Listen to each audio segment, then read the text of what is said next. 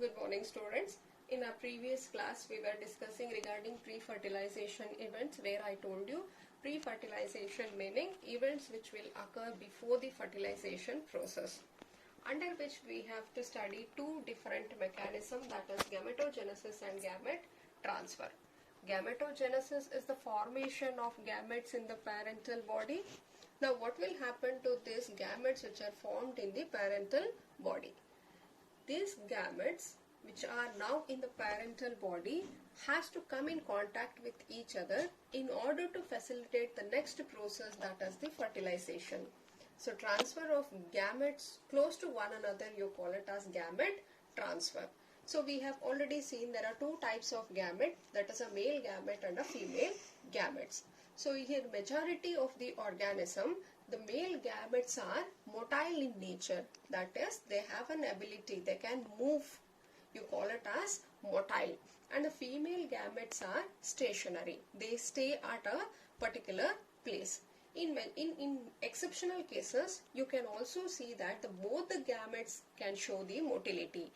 Both the gametes are motile. Such you can see in case of algae and fungi. So whatever might be the cases, there is necessary for the gametes to come in contact with one another. So in this cases, what happens is, since the male gamete are motile, they will travel and they reach till the female gamete, and then the next process, that is fertilization, will happen. Whatever might be the cases, for their movement they need certain media, and that media can be water, wind or animal. Example, if you take water, what happens here is the male gametes are released in the water, and now these male gametes will travel in the water, they reach till they get the female gametes, and once they get fuse. So similarly, the wind can carry the male gamete, or it can be the animals which will carry the male gamete to the female gametes, and these processes you are going to study in detail in our next chapter. But for time being, understand that the gametes which are formed in the parental body has to come in contact with one another, and that mechanism of coming contact with one another, you call it as gamete transfer. Now in case of plants, we know that the male gametes are present in the pollen grains. So this is our anther and this is our filament, and anthers will release the pollen grains, and the pollen grains will carry two male gametes, right? Now these pollen grains will sit on the stigma of the pistil. The pollen grains carrying the male gamete will sit on the stigma of the pistil. Now what happened is, this pollen grain will produce the pollen tube like this. They germinate, the pollen grain will germinate to form the pollen tube, and the male gametes which are now present in the pollen grain will travel along with this pollen tube, and it will reach to the egg. Clear? This is in case of plants, and the transfer of pollen grains onto the stigma of the pistil, you call it as pollination. We call it as pollination. Here I'll repeat, the transfer of pollen grains onto the stigma of the pistil, you call it as pollination. And now who will do this work, who will transfer this pollen grains onto the stigma is, again it can be the water, wind or animal, right? Yeah. Moving on, in case of animals, we know that animals themselves are motile in nature. Both the male and female can move. Therefore, the mechanism of transfer of male gamete to the female gamete is different in case of animals. It evolves a different mechanism to do so.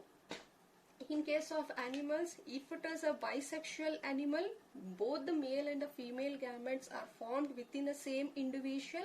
But in case of unisexual animals, the male gametes are formed in a different individual and the female gametes are formed in the different individual. Clear? And here, to revise back, pre-fertilization is an event which will occur before the fertilization, under which we have to study gametogenesis and gamete transfer.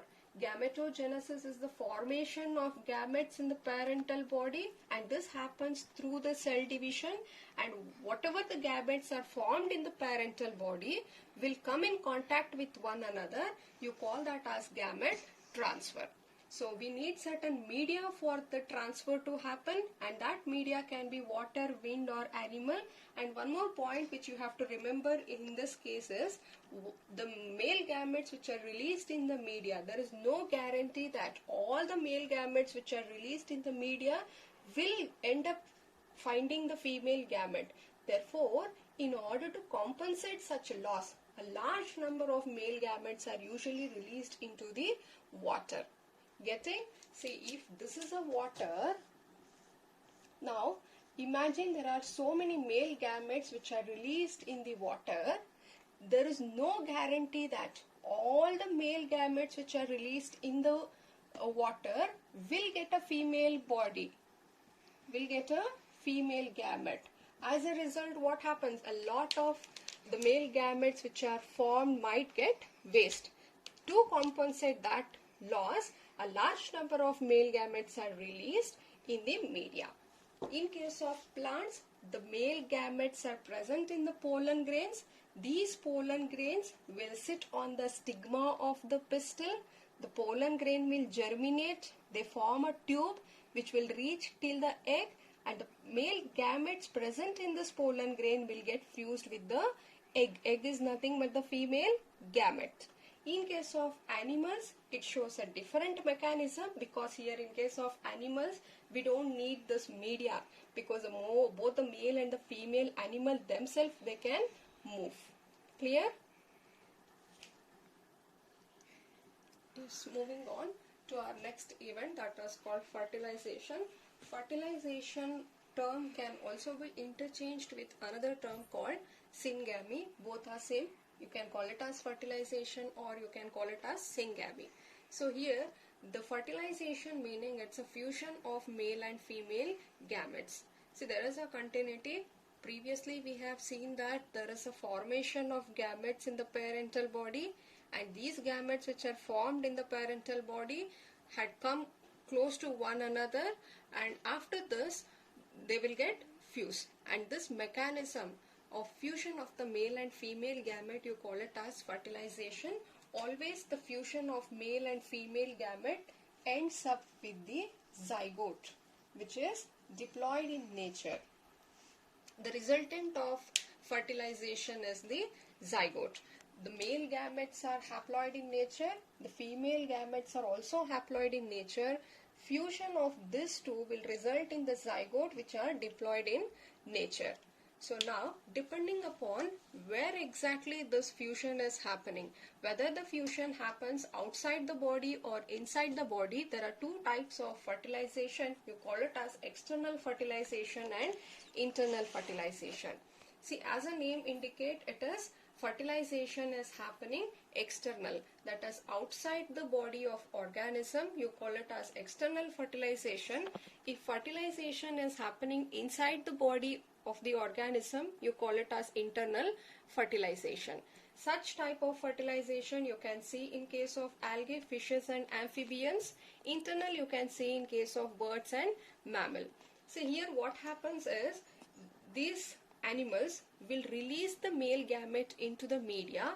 Example, if you take amphibians or fishes, the male gametes are released into the water media, and now these are being carried till they get the female gamete, and once they get the fusion, that's a male and a female is getting fused in the water itself, that is outside the body, hence you call it as external fertilization. In this cases, the female gametes are present inside the female body itself, but the male gametes which are released are motile in nature. They will move, or the sperms will move till they get the female gamete, and they get fused within the within the female body. So in this case, there is necessity. I told you, since it is released into the media, there is no guarantee for the male gamete to get the female gamete. Hence, in order to compensate such loss, a large number of gametes are released into the media. In this case, even though there is a large number of male gametes are produced, the female gametes are very less. In case of animals, a large number of sperms are released, but the number of egg is very less. And next point here is, in case of external fertilization, they are vulnerable to predators. They are not safe, since the gametes can be eaten up by the predators, or fused gametes, that is the zygote, can also be eaten up by the predators. In this case, they are safe. Since they are present inside the female body, they are safe. There is no threat by the predators. Hence, the survival rate is more in case of internal fertilization. They can ask you to differentiate between external and internal fertilization for 2 marks. So make notes that, right, external fertilization is outside the body, that is, a fusion is happening outside the body. Here it is inside the body. Give some example for both. And here the large number of gametes are released, and there is also necessity for synchronization to happen in case of external fertilization, and they are vulnerable to predators. They are not safe. But in case of internal fertilization, they are usually safe from the predators. We have been studying that in case of sexual reproduction, there is 2 parents. One is a male and another is a female. And these parental body will produce the gametes. The male will produce a male gamete, female will produce the female gamete. And these gametes has to come in contact with one another. They have to get fused, and resultant of the gamete fusion will result in the zygote, and zygote will develop into new individual. So this is what we have seen in case of sexual reproduction. The gametes formed will fuse to form zygote. Zygote will develop into new individual. So here, this was in case of sexual reproduction, but there is exceptional case that is called parthenogenesis. In case of parthenogenesis, the female gamete which is formed will directly develop into new individual. You cannot see this fusion happening. There is no fusion of the gametes. There is no zygote formed. Instead, the female gametes which is formed will directly develop into new individual without the fertilization, and you call this process as parthenogenesis. Hence, we put this parthenogenesis under asexual reproduction. You can see that the offspring formed has only single parent, that is, this is its parent. In this case, what happens, you can see, if individual is formed by the fertilization, you can see there are 2 parents. If 2 parents are involved, you call it as sexual reproduction. In case of parthenogenesis, it is formed directly from the female parent. Hence, it is a type of asexual reproduction. It is very important. This can be 1 mark or 2 mark question. 1 mark, or they can ask you for 2 mark. They can ask you to define what is parthenogenesis for 1 mark. If they ask for 2 marks, they will ask you what is parthenogenesis. Give an example. So parthenogenesis is a formation of an individual organism directly from the female gamete without fertilization is very important. This individual is formed without fertilization. Example is, you can see such in case of rotifers, honeybee and turkey. Parthenogenesis, very important concept. Please make your own notes, and we'll meet in the next class. Thank you.